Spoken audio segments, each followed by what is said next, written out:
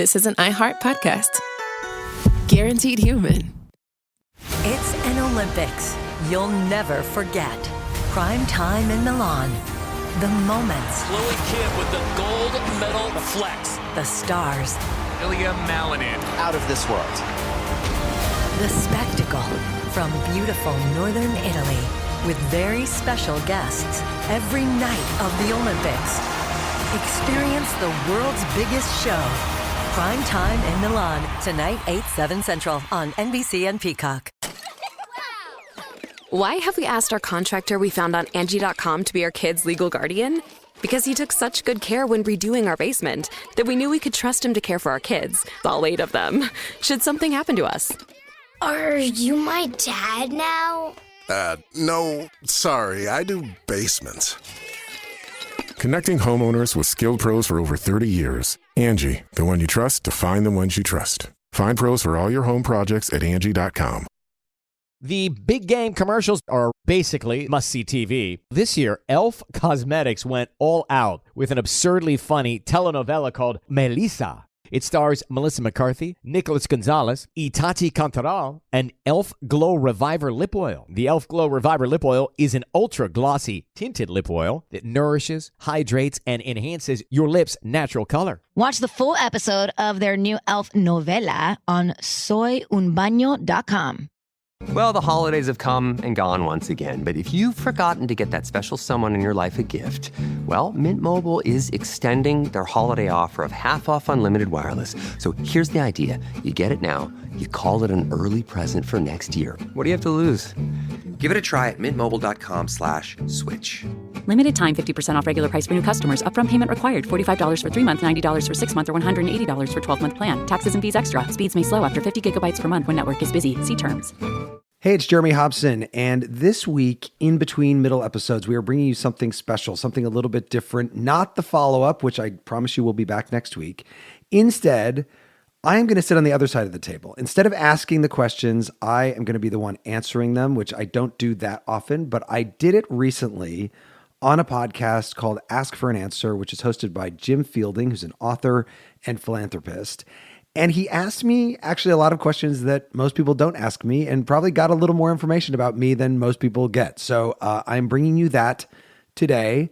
I hope you enjoy it. We talk about sort of the origins of the middle, my background in public broadcasting, but also a lot about where I grew up and sort of the things that shape how I think about stuff. So I hope you enjoy this bonus episode of Ask for an Answer with Jim Fielding. I'm so thrilled you could come in, and many people know you, but I want you to tell your story and introduce yourself. But thank you so much for being here. Thank you. It's great to be here. Well, people probably know me from public radio. I hosted the show Here and Now for 7.5 years. I hosted Marketplace Morning Report before that for a couple of years. I was a reporter for many years for Marketplace. Mm-hmm. Now, for the last few years, I have been executive producing and hosting a show that I created called The Middle, which is a live national call-in talk show, the only national call-in show left on public radio, and started it a couple years ago, and we're now airing on more than 460 stations around the country. I grew up in Champaign-Urbana, Illinois. I'm the child of 2 professors. I'm one of 7 children. What else do you want to know? Wait, what number are you in 7? Because I'm into birth order. I'm number 2. And older brother or sister? Older brother, yeah. Okay, interesting. Yeah. And what's the age? I was like, people thought that I was an only child throughout my whole childhood because that's the way that I behaved. But okay, what's the age span in the 7? The oldest is now 45, and the youngest is 29. But the first 6 were all like a year and a half apart, and then the youngest is a bonus. And your mom was working the whole time she was having these children. Yeah, she was working at least part-time the whole time. My parents are both classical pianists and taught at the University of Illinois. My dad was, full-time and concert pianist and all of that. My mom didn't work as much, but she was also raising, all of us. I love that. And we have those Midwestern roots because I grew up in Ohio. You grew up in Illinois. Yep. I mean, so much of why. And I mean, my listeners know. I'm a fanboy. Like, I'm having a fanboy moment because I remember Marketplace Morning Report, and I, of course, remember Here and Now, and I listen to Middle Now. And it's funny, when you and I were meeting to prepare for this, I didn't realize it was only still call-in. Like, I knew it was a call-in, but it didn't really register until you told me that, which I think is interesting. It's interesting because there used to be a lot of live call-in shows on public radio. There was Talk of the Nation for many years. There, even like the Diane Rehm show existed. It was a call-in show. And I think people really liked that. NPR made a decision many years ago that they didn't want to do it anymore. But when we started this, like, people love it, and they love, especially in a moment when we have got such echo chambers in our media, and only a select few people in New York and Washington get to comment on the news, to have a space where anyone is welcome to be a part of it. And look, I have call screeners. We're not just letting crazy people on. I was going to ask that. Yeah, but still, it's just been really nice to be able to talk to ordinary people of all walks of life. When you have a conversation about any issue in the news and you hear from people who have a direct stake in it and people who are sort of tangentially feeling it, and you're like, oh, I hadn't even thought about how that would impact a veteran or a Chinese American or whatever. It's a very interesting thing. Well, what I like about what you do too is it's not like, again, the echo chamber, it's not like your screeners are only putting fans through. Like, you have some real conversations and civil discussions, which I think are really, really important. Yeah, I don't want to only be in a place where I hear from people that agree with me about something. Like, I think one of the things that, and maybe this is, Midwest upbringing and this is the way that we do things, but like, I treat people at the start with respect. I think that, okay, I'm open to what you have to say, and I want to hear it, and I want to elevate it, and I want to also challenge my listeners. I don't want them to only hear from people that they agree with already.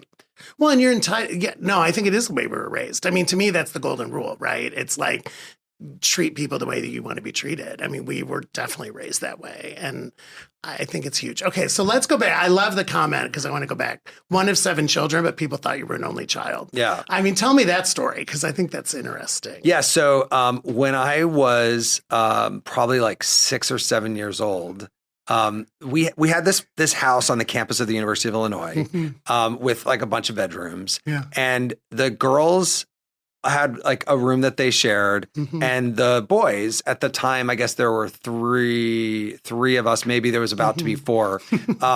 And we had a room that we shared, but there was this one room in our house that was like tiny, like literally the size of a twin bed and a dresser. That's what you could fit in that room. And I'm like, I want that one. I want to be in that room.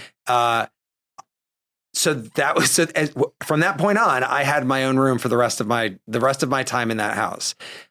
Also, like, there was a point when I was like maybe 11 or 12 that I was like, I really want to go to camp. I want to get out of here in the summer. Like, I need to get out of this town.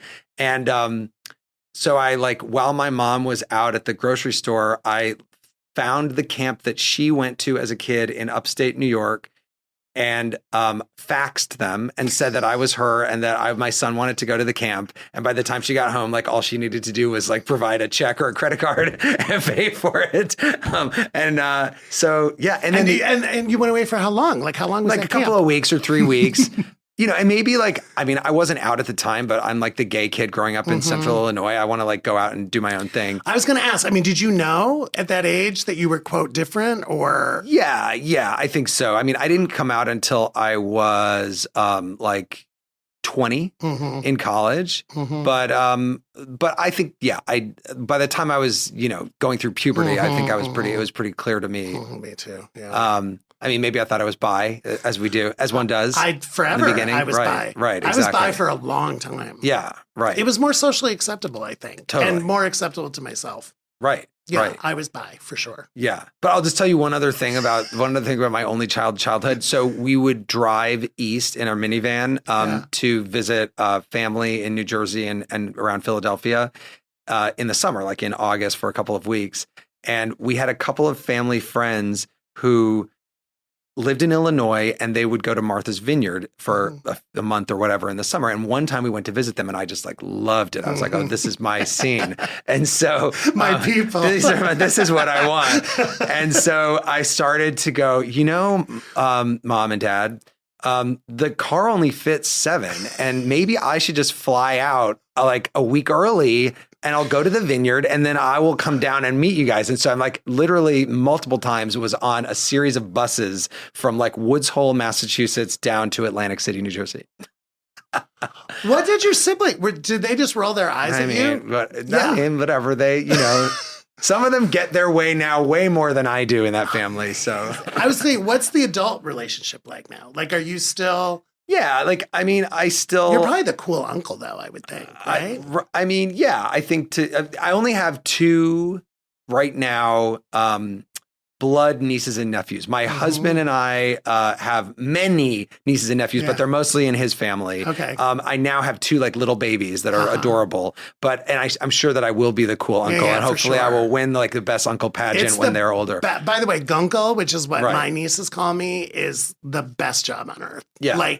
And I would have I would go to their school things. They were in Arizona, but I tried many times to be a good uncle and like to give my sister and her husband like a weekend off. That only really worked once because I was so terrorized by the end of the weekend. I was not meant to have children. But at the school events, I had to take them to a school carnival, and everybody would be like, will you adopt my children, or would you adopt my children? Because Gunkle is the coolest. Right. And you just do things with them and indulge them and give them stupid gifts and take them stupid places, and then you give them back to their parents. Yeah. It's awesome. No, I think that'll be great when they get to the age when that makes sense to do. I would love to do that. But, my older brother is a professor at Mississippi State University, and I was just on a cross-country drive, and I went and visited him in Starkville, Mississippi, which I think was like great. I don't think many people have visited him since he's been in Starkville, and it was nice. It was fun for us to hang out. What's he a professor of? Middle East, North African, sort of history of the war on terrorism. He speaks fluent Arabic. He was a tennis player my whole childhood. That's amazing.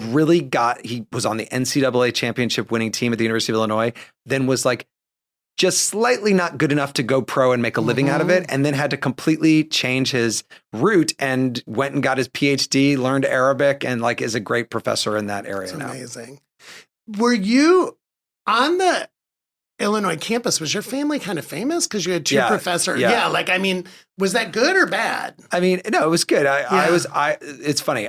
This has now been brought up several times to me, but I was always Ian Hobson's son. Yeah. And now sometimes he's Jeremy Hobson's father, which is interesting, especially because, in the public radio world, a lot of stations have a classical music station too. And so they would know him from that. And so, there are people that are like, oh, you're Ian Hobson's son. Yeah. That's amazing. But we were a terrible group of children at the concerts. We would go to the concerts at the Cranert Center in Champaign-Urbana. And I remember one time we were sitting there in the middle of a classical music concert with lots of people in the audience. And, the hall is you're sitting back up and then it goes way down to the stage. And I had a box of everlasting gobstoppers and they fell out and rolled down in the middle of... I was like, uh-oh, not going to be good. I love that. It's so funny because I love college towns, and I always wondered what it would be like to grow up in one. Yeah. But you literally grew up on campus. Yes. And it was great to grow up in one because as a kid, you're in a place that's built for people that don't have cars. And so you don't really have to rely on your parents to drive you places. That's fascinating. Yeah. I never even thought about that. Yeah. We lived across the street from a sorority. We would go play baseball in their yard. It was cool to grow up on a college campus. Okay. And I want to get to today, but I'm so fascinated by this story. The faxing and going to camp thing, you just came up with that one day? You were how old? 11? 12? I was 11 or 12, yeah. And you were like, I should go to camp. Yeah, look, my parents are both immigrants. And so and they would play music festivals in the summer. So when I was a kid, until we sort of reached the age where it was too expensive and difficult to fly us all with them, we would go to Italy and France and England, and they would play these music festivals in the summer. And we would usually bring a cousin like an older cousin with us who would be our babysitter while we were there. Right.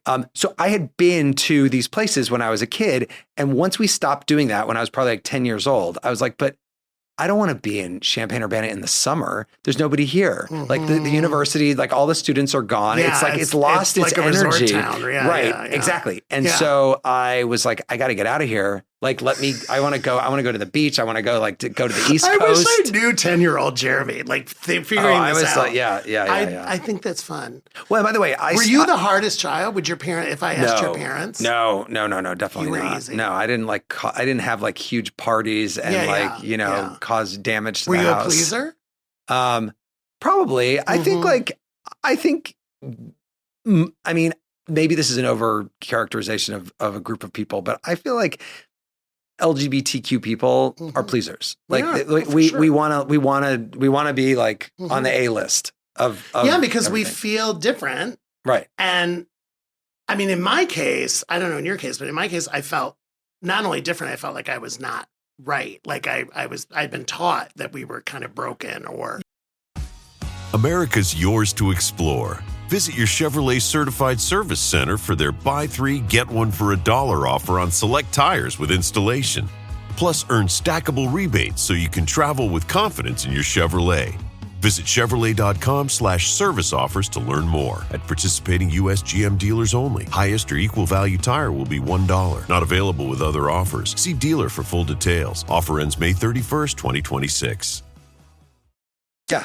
And so I overcompensated for sure. Like I had to have good grades. Like I just did not want to I wasn't going to ruffle any feathers because I wanted to have good grades. And for me, I played sports, but I wasn't a good enough sport athlete. Like I knew my way out of Toledo, Ohio was academic scholarships. Right. Like I figured that out early. So I was like, I was in a big public high school. We graduated with 800 kids. I knew I had to have a top ranking. I knew I had to have a good SAT score. Like I knew all that stuff from 13 or 14. I knew I needed activities like even back then to get into school because I wanted to go away to school. I did not want to go to school. There was a university in Toledo, University of Toledo.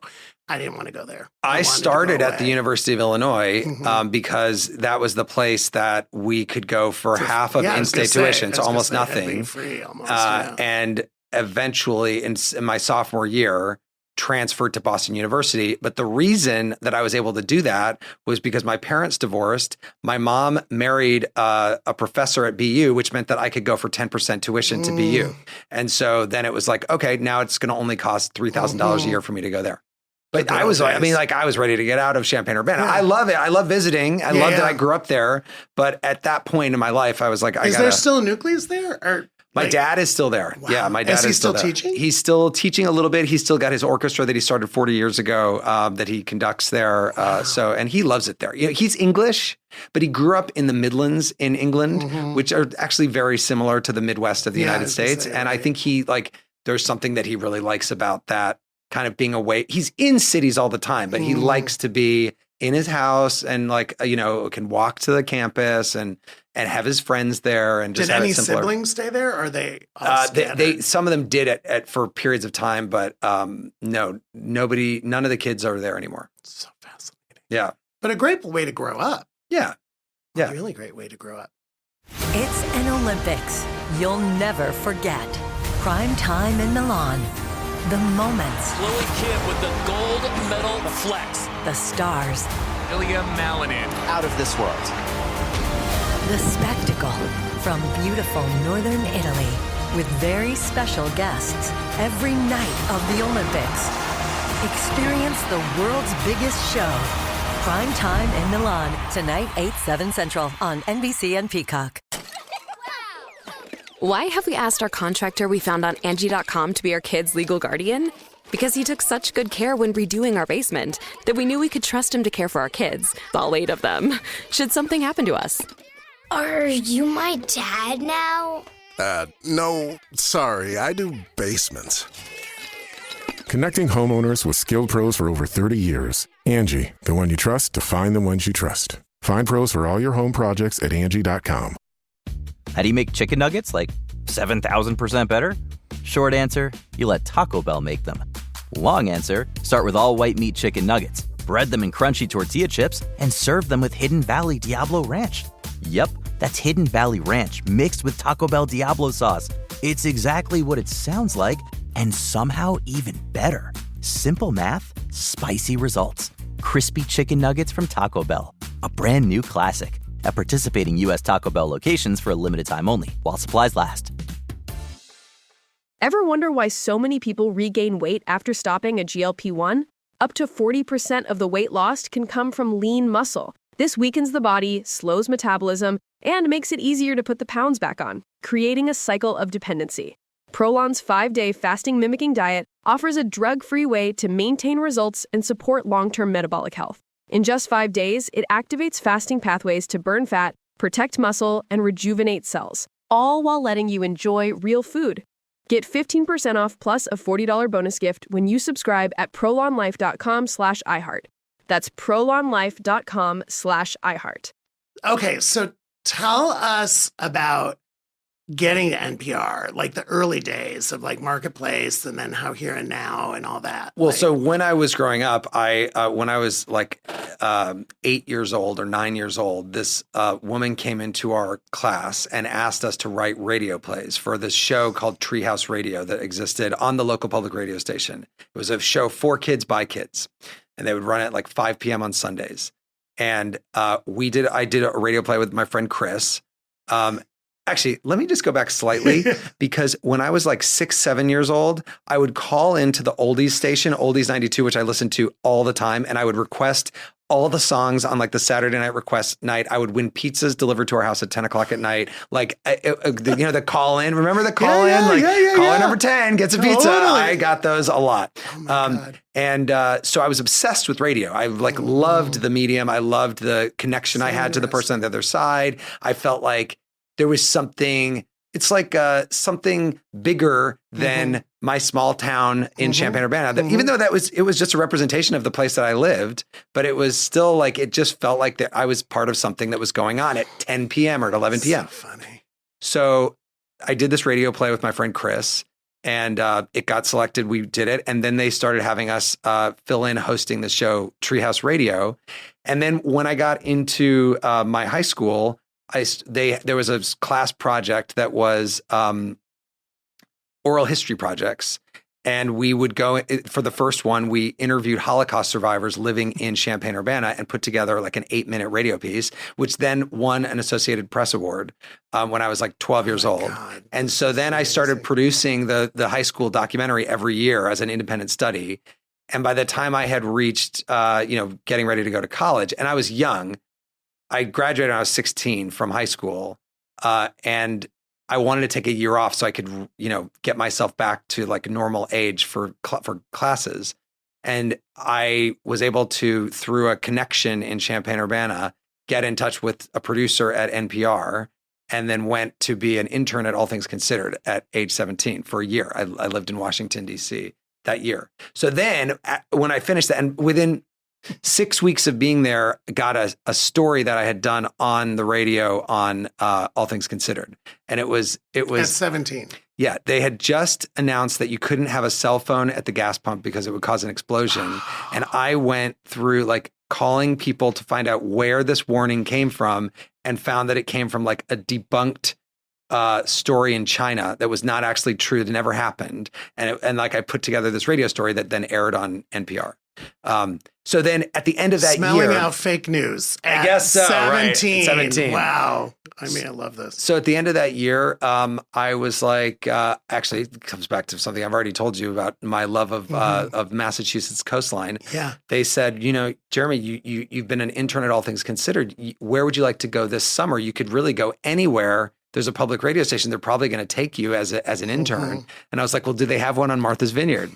And they're like, well, actually, they're just starting one now on Martha's Vineyard. Do you want? And it turned out that the guy that started that station is like one of the most incredible independent producers in public media, Jay Allison, who started the Moth Radio Hour, did a series called Lost and Found Sound that won Peabody Awards. Like, he was an amazing person to work with. So I went for 2 summers there after that internship.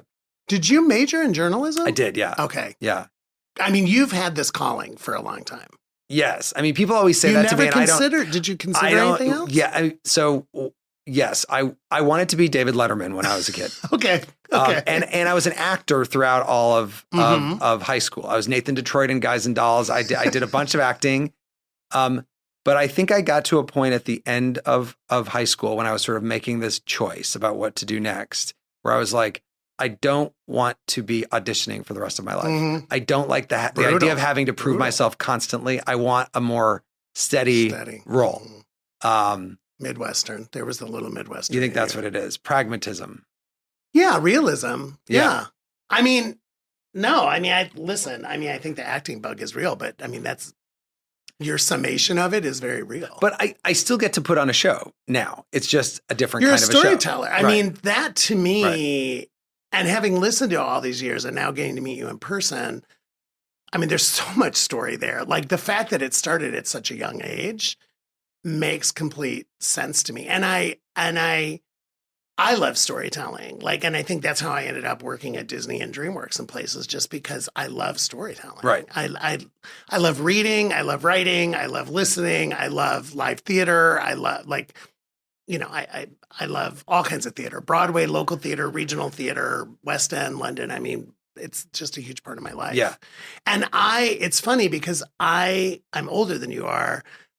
I was acting in elementary school and loving it. I was like in the school choir and stuff, and then started getting called all the bad names and let the bullies bully it out of me, where I dropped out, even though I loved it. Like I was in Oliver, I was in all these shows, like when I was 9, 10, 11, but 12 or 13, it was getting pretty horrible, the bullying, you know, and I wasn't strong enough to fight against it. So I just quit. Like, and I remember my choir teacher. I did that with basketball in high school. That lasted about 3 weeks. And I was like, this is not for me. The choir teacher, the theater people were like so freaked out that I was quitting because I was into it. Like I was getting good roles, but I wasn't strong enough. I couldn't handle it. And it's so funny because my parents, we didn't have the vocabulary because my parents never asked me like why something I love so much, I quit rather abruptly. Like, and I think because they didn't want to have the conversation, Right. I think we all knew what the reason was, but we just didn't want to have it. But I think that's why I now am such a supporter and fan of live theater and go out of my way wherever I live to subscribe to season tickets. And like when, we go to New York, we go to London, like I'm always seeing shows because I think it's such an incredible art form. But I also think it's why NPR has been such a huge part of my life because I love the shows like All Things Considered and Here Now, like that are telling me stories and like the stories that I would have never heard, like the gas pump story that you did all those years ago. Like you're not going to hear that in normal daily life. Totally. I mean, people have asked me over the years, like, who's the most interesting interview you've ever done? And like, if I actually sat down and looked at all of the thousands of people, I would probably come up with some other ideas. But I will tell you, like, one that stands out to me just because it was so interesting and something you'd never hear anywhere other than public radio was I did an interview with the winner of the Pritzker Prize for Architecture, who was a 92-year-old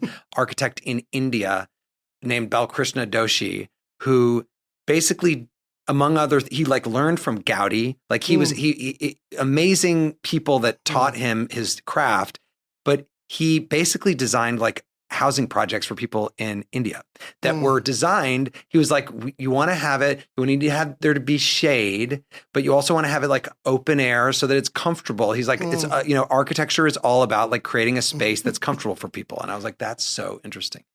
And what phase was that? Was that was at Here and Now. Here and Now. I was going to say, God, it's amazing.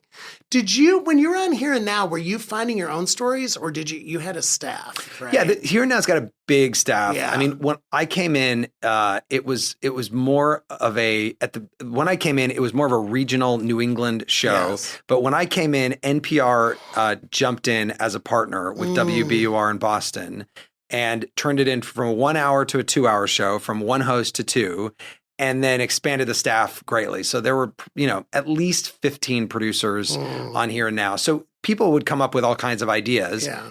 But, as one of the hosts, like if I came up with something that I wanted to do, it would usually happen. Mm-hmm. And I know you well enough that you were constantly looking for stories. Oh, yeah. Yes. And that was another thing is a lot of public radio hosts are like bookworms. Like they like they get their ideas out of the New Yorker or the New York Times or a book that they read or whatever.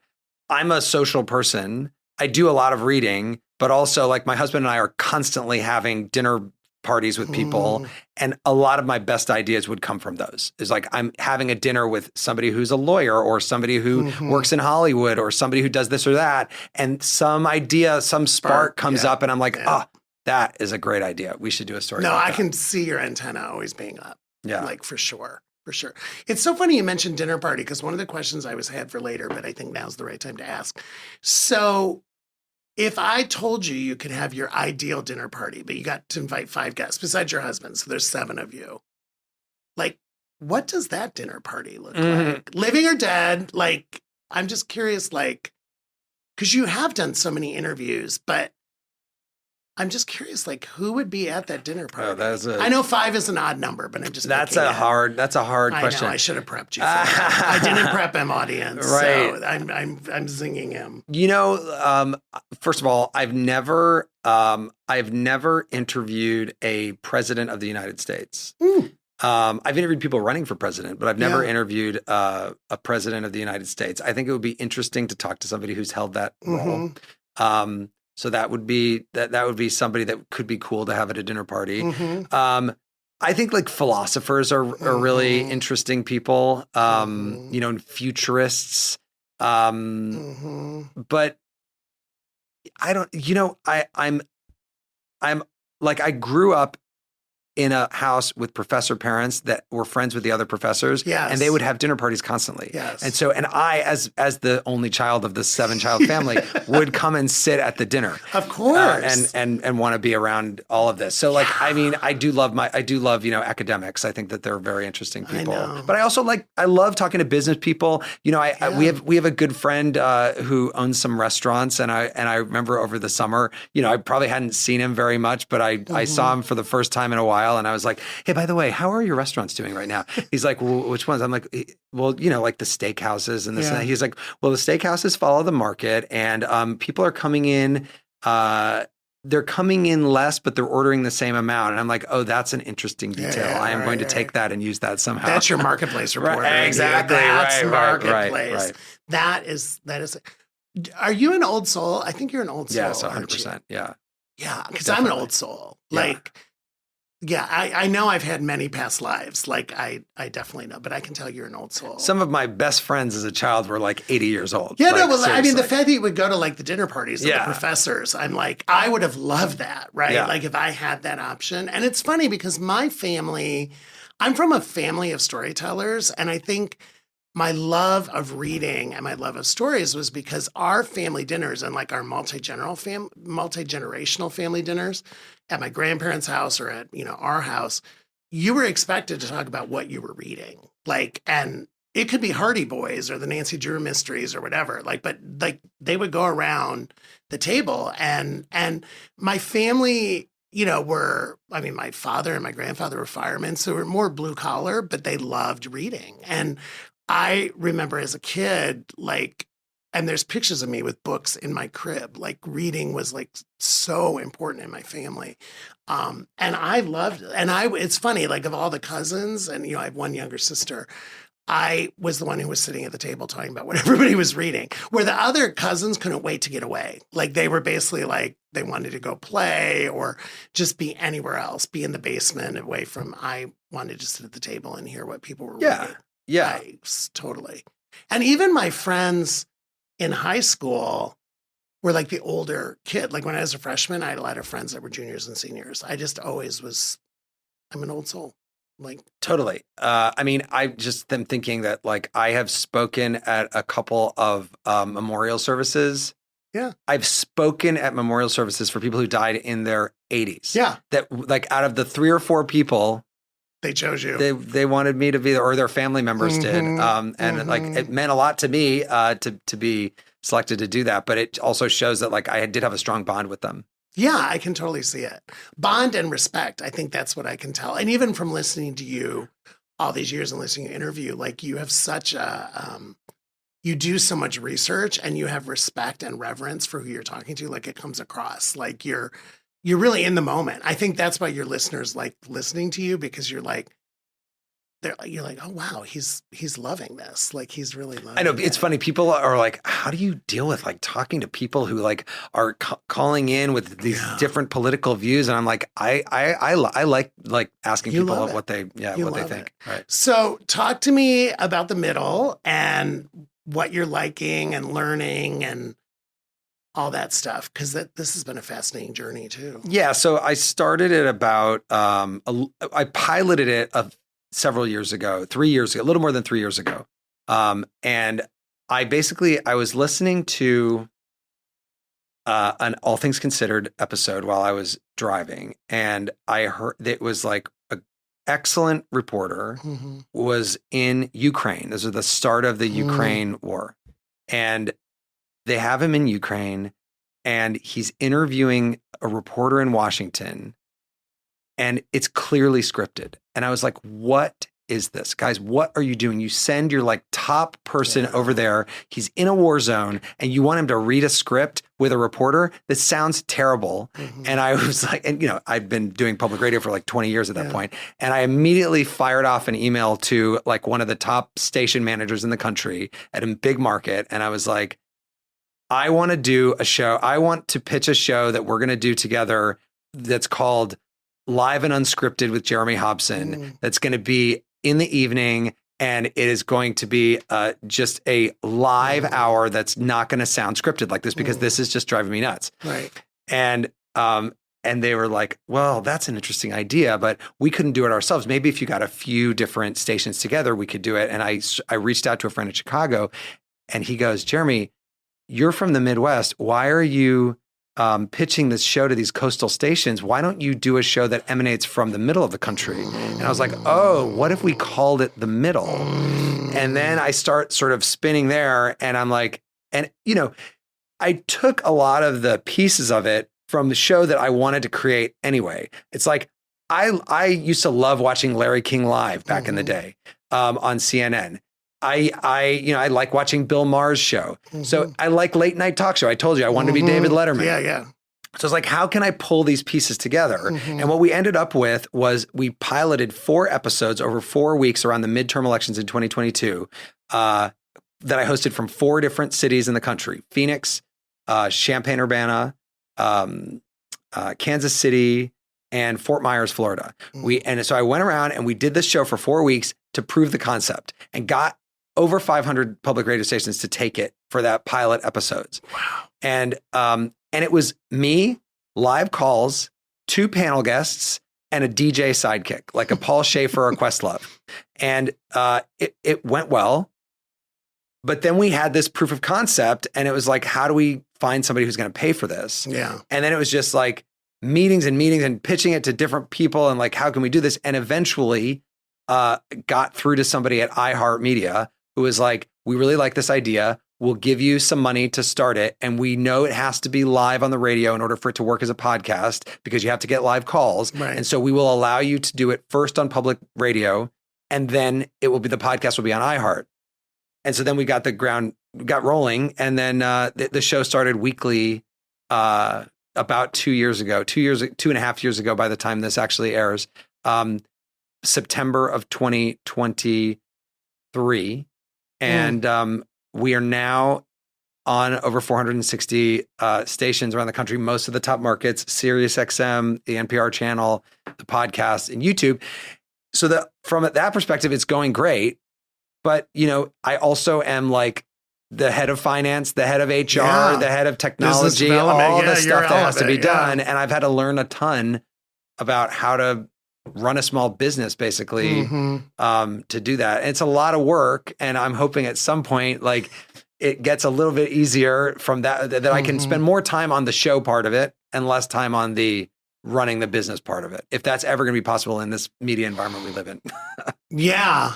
Okay. Well, we're going to just put it out there. It's going to be possible. Yeah. I'm going to think about it. I'm going to think about how I can help, how we all can help.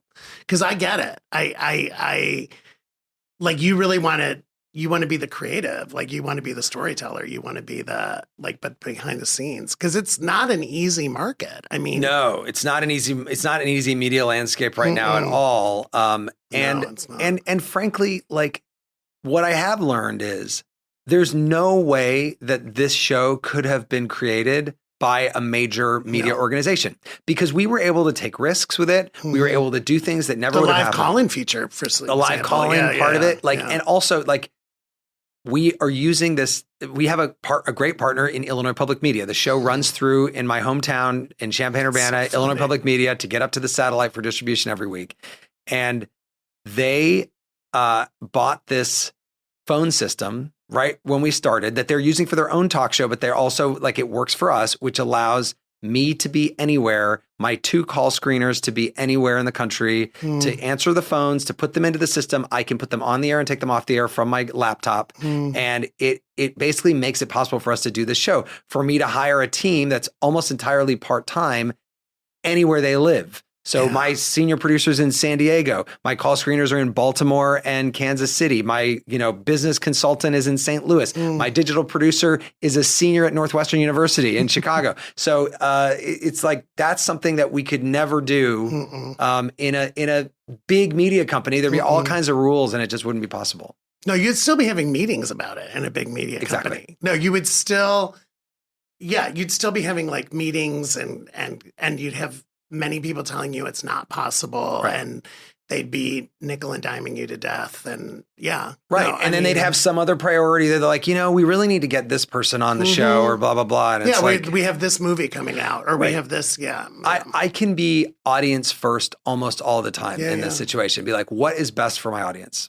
How can I deliver the best show possible for my audience and not think about these other things that are going to get in the way? Yeah. I mean, you're totally audience listener focused, which I think is an amazing filter. But I get it. Now you have to figure out how to scale it so that you can get more help. Right. I mean, it's such a conundrum. But I mean, oh my God, I'm pulling for you. Thank you. So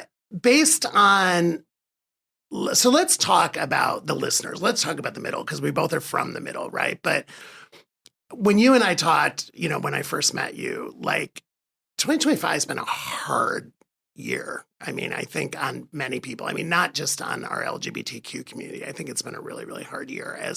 We're recording this in December. I know people won't be listening to it till 2026, but like, what are you hearing from people when they're calling in? What are the big insights or learnings that you're hearing?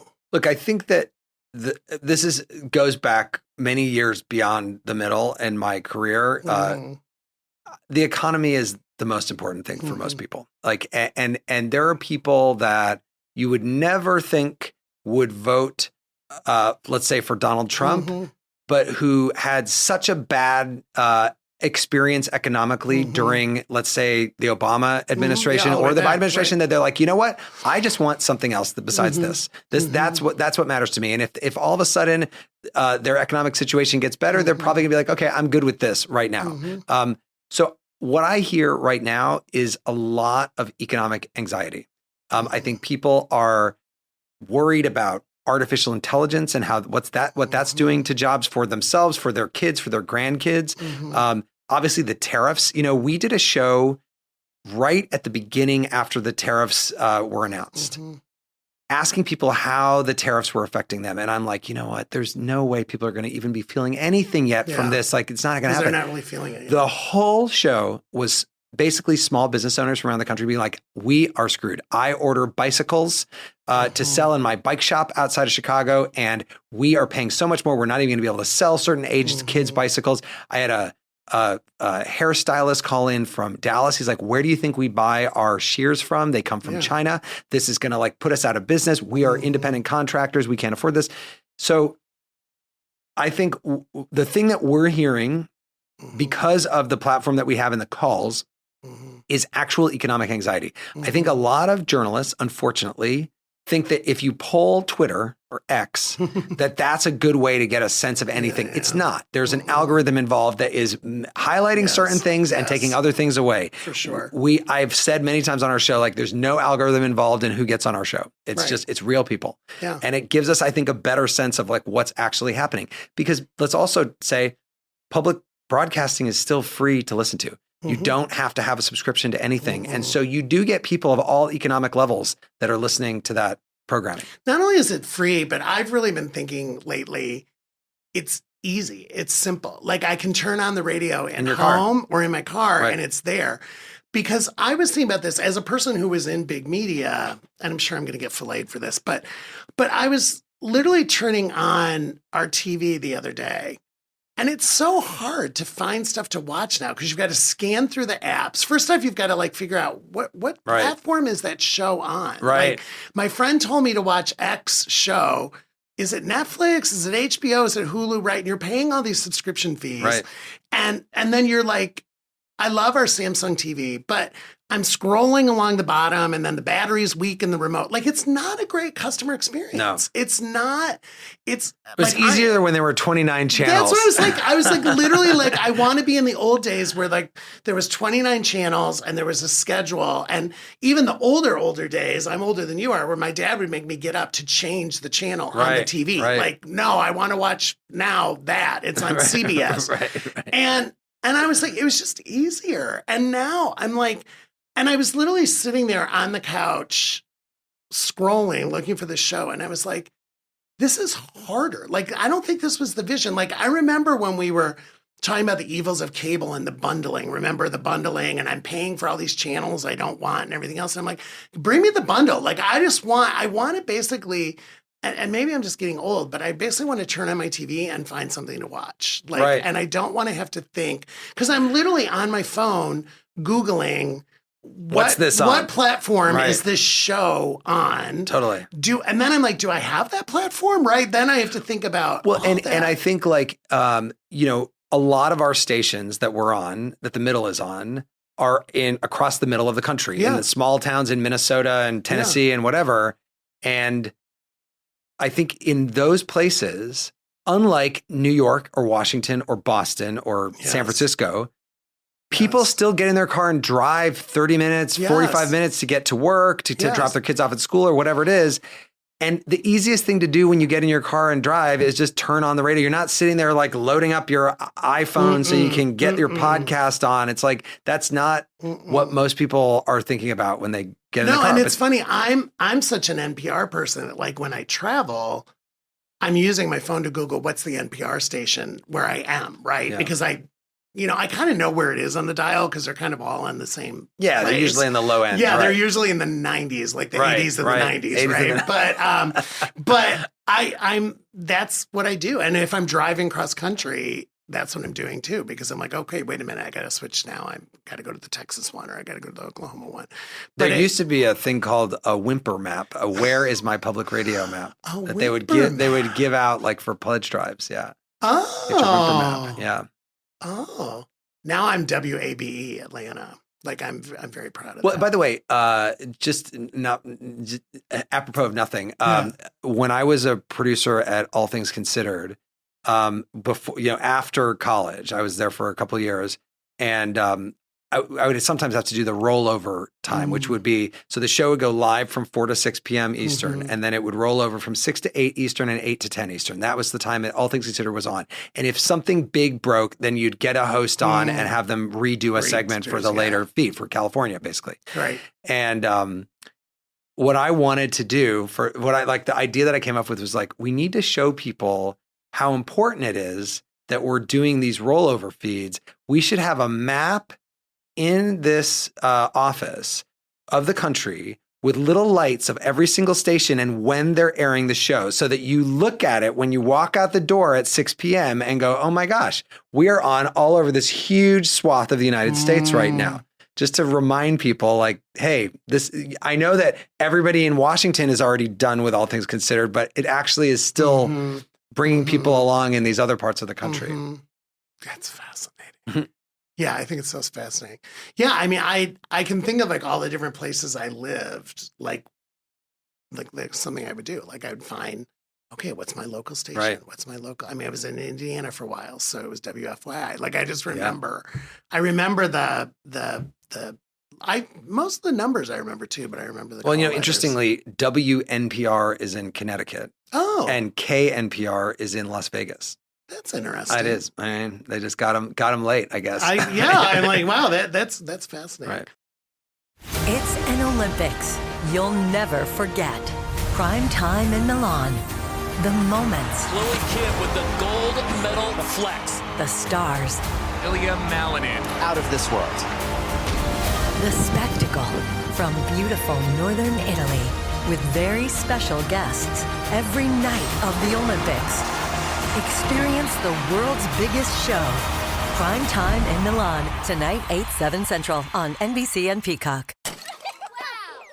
Why have we asked our contractor we found on Angie.com to be our kids' legal guardian?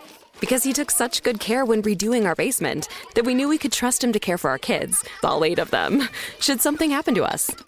Are you my dad now? No, sorry, I do basements. Connecting homeowners with skilled pros for over 30 years. Angie, the one you trust to find the ones you trust. Find pros for all your home projects at Angie.com. You see it instantly. It's Coldwater Creek, the mark of exceptional workmanship and signature touches inspired by a Mountain West heritage. Distinctive styles created from quality fabrics, silhouettes perfected with just the right drape, feel-good fits offering ease of movement, and thoughtful details to elevate your look. Coldwater Creek's authenticity is embodied in every piece, embracing its confident spirit that carries through to today. Discover Coldwater Creek clothing, designed to fit your life the way you want. For a wardrobe you can count on season after season, visit coldwatercreek.com. Shop the new spring collection at 20% off $75 or more with code IHEART20. Welcome to the A Building. I'm Hans Charles. I'm Menelik Lumumba. It's 1969. Malcolm X and Martin Luther King Jr. had both been assassinated, and Black America was at a breaking point. Rioting and protests broke out on an unprecedented scale. In Atlanta, Georgia, at Martin's alma mater, Morehouse College, the students had their own protest. It featured 2 prominent figures in Black history, Martin Luther King Sr. and a young student, Samuel L. Jackson. To be in what we really thought was a revolution. I mean, people were dying. 1968, the murder of Dr. King, which traumatized everyone. The FBI had a role in the murder of a Black Panther leader in Chicago. This story is about protest. It echoes in today's world far more than it should, and it will blow your mind. Listen to the A Building on the iHeartRadio app, Apple Podcasts, or wherever you get your podcasts. All right, so I told you we have to talk a little bit about the current political situation because you're so knowledgeable about it. I told you that when I met you, like I have to take it in dose. Like I'm a political science major. And I love philosophy. Like there's part of me that's like a student of everything going on. But I'm even having to take it in small doses right now because it's so overwhelming. So, I mean, you're in the heat of it because this is, your weekly show and stuff. Like, I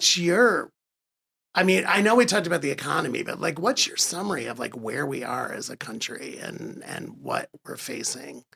I think we are a very divided country. Mm-hmm. But I also think that the sort of Trump phenomenon has only existed since 2015, basically. Mm-hmm. There are pieces of like the Tea Party movement that also sort of became MAGA. Mm-hmm. There's sort of the hard right, but he's sort of added in this populist part too that appealed to more people. I think that one thing that is overarching here is social media has destroyed our attention spans.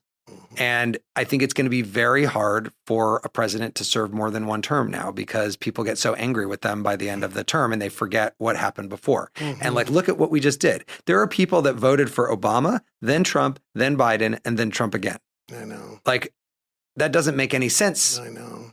Like, which they're so different from each other. Right. Now, also gets to the idea of the middle. It's like, why do our parties have to be so ideologically opposite? Yes. Why can't we have somebody that's like, I have a little bit of this and a little bit of that? One of the first shows we ever did was what's an area where you disagree with the political party that you associate with? Which was interesting because it made people actually go against their own team and say, well, somebody said, it's called into the show and said, I'm a Democrat, but I don't understand the trans stuff. Like, I don't get why a trans person can go into my daughter's locker room at school.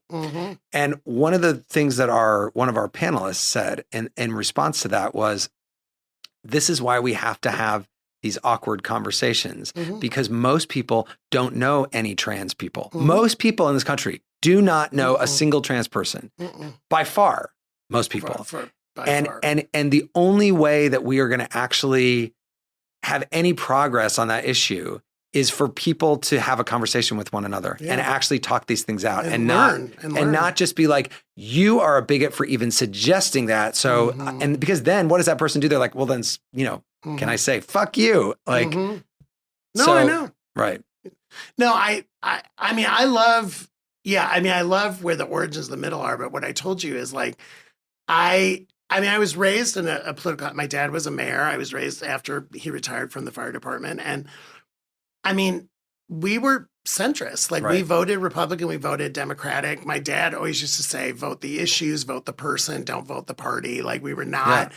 In fact, he taught us I remember the first time he was taking us to vote, like, you don't vote straight ticket. Like, I want you to study the issues. I want you to study the candidates. Like, we were very educated voters, like, and participative democracy and everything like that. And I've, in my lifetime, even as an out gay man, have voted for Republicans because if I thought they were the right person for that particular role, of course I was going to vote for them. I wasn't going to not vote for them because they were Republican. I literally, and if they were stronger than the Democratic candidate, I was going to go for the best candidate.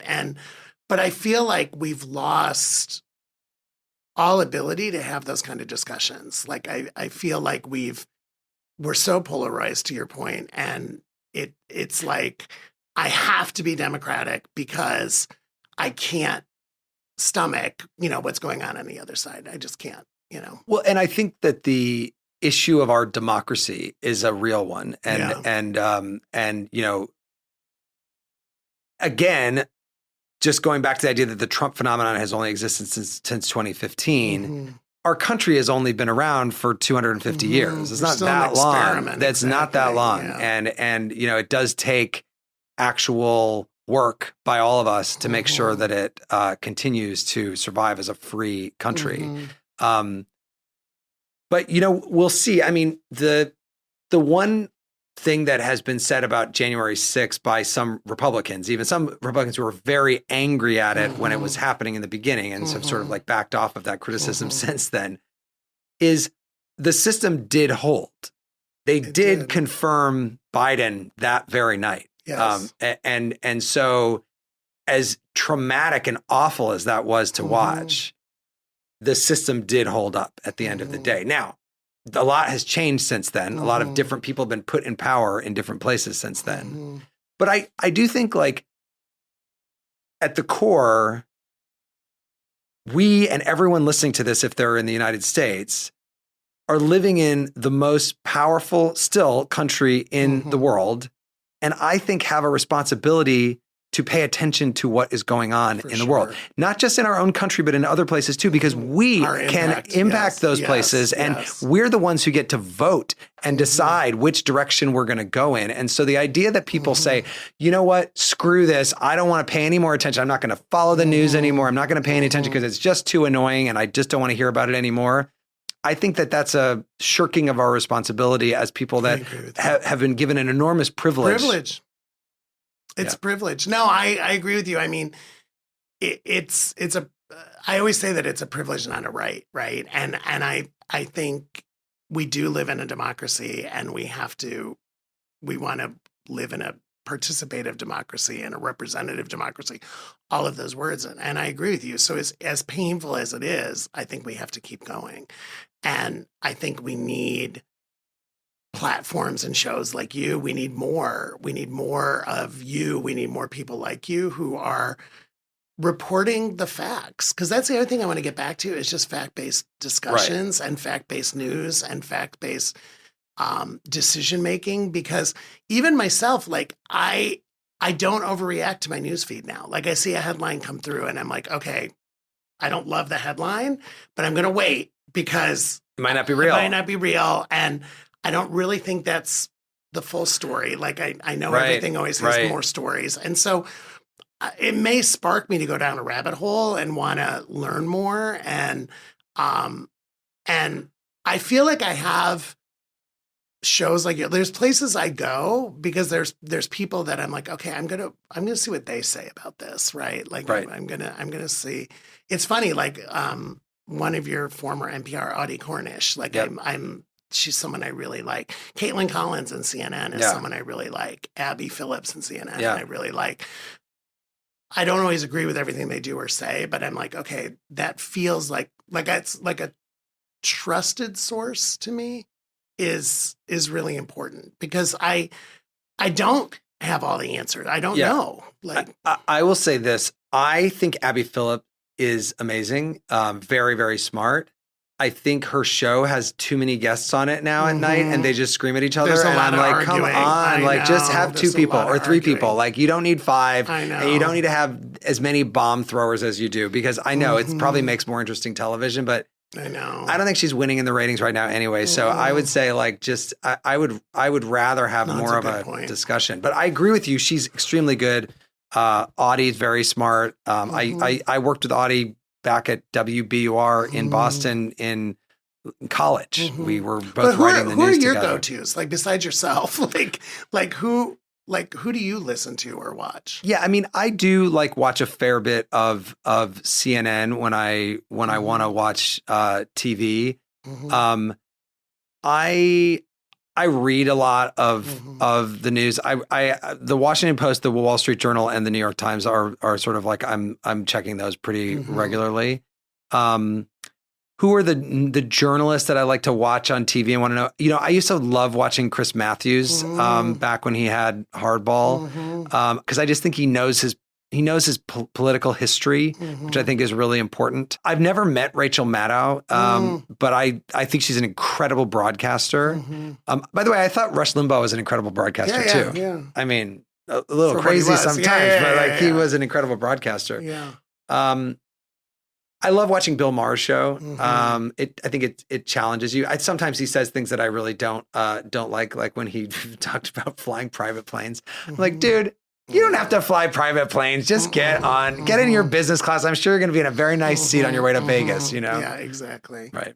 No, I think, yeah. No, that list, that's an interesting list. Rachel is interesting. I mean, I find myself, I'm a little bit of that adult ADD, I think, because I find myself flipping a lot. You know, I find myself, and I do, like my Apple News feed and like my news sources and stuff, I do like it because I do like the summary. I do like scanning and then deciding where I want to go deeper. I do think there's a lot of tools. There's a lot of stuff on there I don't need. And I'm learning how to be a better editor about that and how to use the tools differently. But I do like that it's kind of in my hand, you know? Yeah. I also, you know, I used to like watching Chris Wallace on Fox News Sunday. I do like watching George Stephanopoulos on ABC. Yeah. Were you a 60 Minutes first? I loved 60 Minutes. I read a book about 60 Minutes and we grew up in 60 Minutes. So yeah, they do a great job. Yeah, because I like those formats where they can go longer than like 90 seconds, right? Totally. Because it's like, well, wait a minute, there's a lot of story here and you're kind of just skimming it. And I like where they can go deeper. Okay, so I have to wrap up because I'm watching our time because I have to be kind to our listeners and ourselves.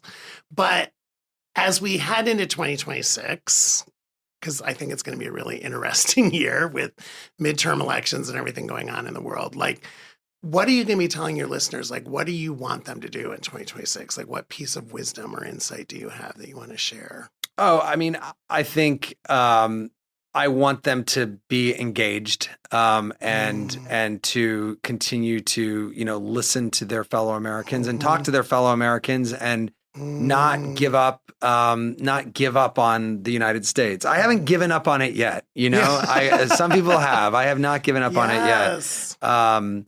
And I think it's going to be an interesting year. I mean, I think that these sort of early elections are showing probably a pretty big backlash, as we've seen in the past when there's a big, big win by one side. When you get to the midterms, it tends to go the other direction. I know, it's interesting. We're doing this. We're doing as a day. I'm kind of giving away what day we're doing, but there's an election today. A special election today. Tennessee today that looks like it's going to be closer than it really should have been. Right. For all the reasons you've talked about. Well, thank you so much for being here. Thank you for doing what you do. Like you do make a difference. I know you know that from the call-ins and stuff, but I mean, when Brian, and thank you, Brian Sims, by the way, when Brian said, "Oh, you should meet Jeremy Hobson," I'm like, "What? The Jeremy Hobson?" Like, of course, Brian Sims knows everybody, but yes. But I mean, and then the fact that you would do this, but I mean, well, and Brian and I did AIDS Life Cycle together. Oh, that's right. Yeah, I was on Brian's team, and he was amazing as a team captain. He and his husband, Alex. I'm so impressed you did that. By the way, I forgot we didn't even talk about that. It's you know what? Impressive. That was in 2025 with all that we've been talking about in the middle. That was the thing I was most proud of doing. I wanted to ride every mile. It was like 560 something miles. And you did San Francisco to LA. San Francisco to LA, and I wanted to not get injured on that trip. Which Brian didn't do, but okay. Well, that's a different story, but yes. But that was incredible. And I think like somebody said when we were doing that, like, we were talking amongst our team, like, why are you doing this? And it was like, well, number one, it's an amazing cause, and I'm glad to be a part of that. Number two, I love the state of California. It's so beautiful, and I love being able to see it in that way. And number three, I do love America, and I think this is like an incredible way to experience all these different parts of America, from the, strawberry pickers that you pass through in the farms in Northern California, to the vineyards, to the, factories, to all these towns like Salinas and, San Luis Obispo that you probably wouldn't go to otherwise, but then you're there and you're like, oh, this is so interesting. So it was a really an amazing journey to do that. It's such an accomplishment. Yeah, it was really cool. Thank you. Huge. Oh my God. Well, thank you so much for being here. Thank you. I mean, listeners, you got a lot out of this. So listen to this a couple times, because there's a lot of gold in here, and we'll keep in touch. I'm going to be listening every week. Thank you. Because I need you. I need you for 2026. Keep me educated and motivated, and hold me accountable. I like that. Hold me accountable. Well, and if I can finally think of the 5 people I would want at my dinner party, I will. No, you get did good back on in that. touch and You let did you know. good on that. You did good on. I'll come. I'll serve. Okay, perfect. I'll serve. I don't have to be at the table, but I want to be listening. I'll serve. Okay, well, thanks for listening. That was Ask for an Answer with Jim Fielding. You can hear Jim interview lots of other interesting people by subscribing to that podcast, Ask for an Answer with Jim Fielding. Thank you so much for listening. The Middle will be back with you in just a couple of days. It never happens at a good time. The pipe bursts at midnight. The heater quits on the coldest night. Suddenly, you're overwhelmed. That's when HomeServe is here. For $4.99 a month, you're never alone. Just call their 24/7 hotline and a local pro is on the way. Trusted by millions, HomeServe delivers peace of mind when you need it most. For plans starting at just $4.99 a month, go to HomeServe.com. That's HomeServe.com. Not available everywhere. Most plans range between $4.99 to $11.99 a month your first year. Terms apply on covered repairs.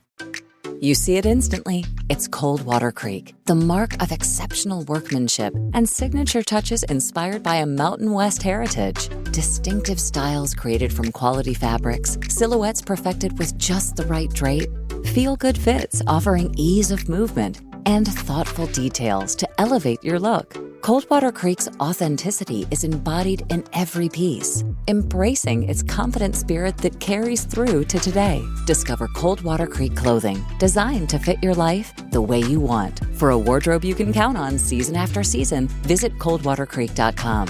Shop the new spring collection at 20% off $75 or more with code IHEART20. over the last couple years, didn't we learn that the folding chair was invented by Black people because of what happened in Alabama? The Montgomery Brawl. This Black History Month, the podcast Selective Ignorance with Mandy B unpacks Black history and culture with comedy, clarity, and conversations that shake the status quo. The Crown Act in New York was signed in July of 2019, and that is a bill that was passed to prohibit discrimination based on hairstyles associated with race. To hear this and more, listen to Selective Ignorance with Mandy B from the Black Effect Podcast Network on the iHeartRadio app, Apple Podcasts, or wherever you get your podcasts.